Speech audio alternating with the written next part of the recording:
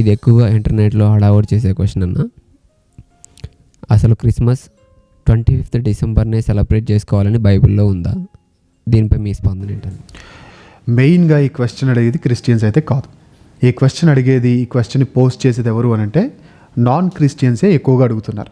పోనీ తెలుసుకోవడానికి అడుగుతున్నారా అంటే వ్యంగ్యంగా అడిగే వారి సంఖ్య రోజు రోజుకి ఎక్కువ అవుతుంది. ట్రస్ట్ మీ, ఇంతవరకు ఇది జరిగింది. ఈ ఇయర్ క్రిస్మస్కి కూడా ఇది జరుగుద్ది. ఒక పోస్టర్ కొట్టిస్తున్నారు, ఆటోలు వెనక అతికిస్తున్నారు. అతికించేసి వ్యంగ్యంగా ఏమని రాస్తున్నారు అంటే December 25నే క్రీస్తు పుట్టాడని నిరూపిస్తే 10 లక్షలు ఇస్తామన్నారు. అక్కర్లేదు. ఎందుకంటే క్రీస్తు పుట్టాడు అనేది వాస్తవం.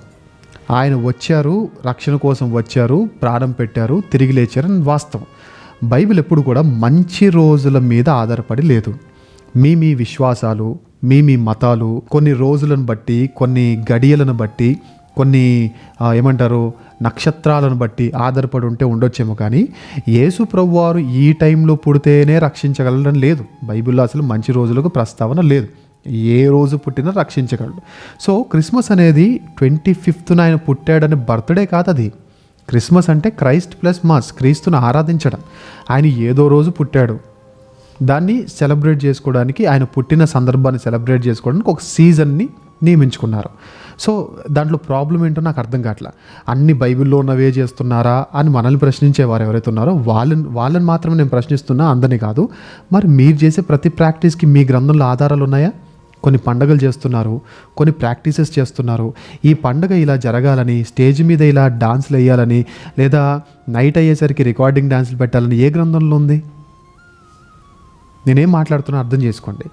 మమ్మల్ని అడుగుతున్న 25th క్రిస్మస్ అని బైబిల్లో ఉంటే నేను 10 లక్షలు ఇస్తా అంటున్నారే. మమ్మల్ని ప్రశ్నించే ముందు కరెక్ట్ చేసుకోండి. మీరు కూడా కరెక్ట్ చేసుకోండి. మరి మీరు చేసే కొన్ని ప్రాక్టీసెస్ ఉన్నాయి, ఏ ఆధారాలు ఉన్నాయని చేస్తున్నారు? మీరు చేసే కొన్ని పనులు ఉన్నాయి, ఏ ఆధారాలు ఉన్నాయి? తాగుతూ దేవుని విగ్రహం దగ్గర తాగుతూ ఉండమని గ్రంథ ఆధారం ఏదో ఉందా?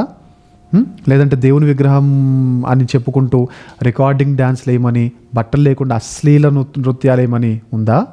పోనీ ఐటమ్ సాంగ్స్ పెట్టమని ఉందా? లేదే. లేకపోయినా మీరైతే చేస్తూ ఉంటారు.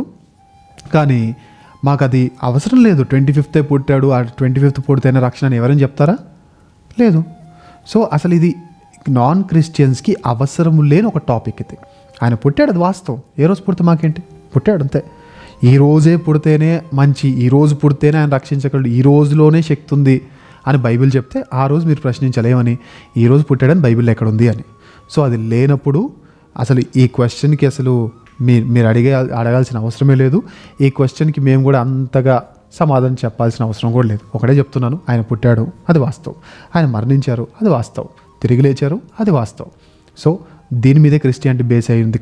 కానీ ఈ రోజు పుట్టాడు అనే దాని మీదే, లేదా ఈ రోజు పుడితేనే రక్షణ అనే దాని మీద అయితే క్రిస్టియానిటీ బేస్ అయ్యి లేదు.